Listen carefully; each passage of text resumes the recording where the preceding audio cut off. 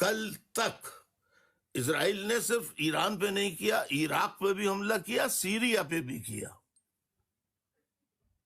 3 pronged attack کیے انہوں نے. تو یہ لبنان میں بھی بمباری ہو رہی ہے، اور فلسطین کا تو آپ خیر چھوڑ ہی دیجئے کہ اب تو کیمپ رہ گئے ہیں، کیمپ میں اور اسپتال.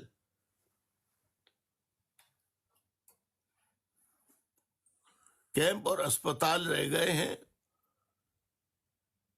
جہاں اب کیمپوں میں اور جو عارضی اسپتال کیمپوں میں بنے ہوئے ہیں، جہاں زخمی بچے داخل ہیں، وہاں پر بھی بم گرائے جا رہے ہیں اور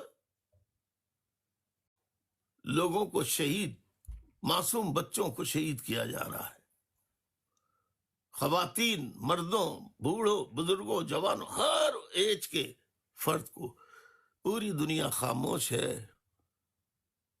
لیکن اگر برٹس میں شامل بڑی اقوام وہ کسی نتیجے پر پہنچے تو پھر 2 طاقتیں دوبارہ آمنے سامنے برابر کی قوت سے ہوں گی، اور پھر بالکل جو آزادی سے ایک ہی گروپ جس کا لیڈر امریکہ ہے، USA، اسی کی چل رہی تھی پوری دنیا میں.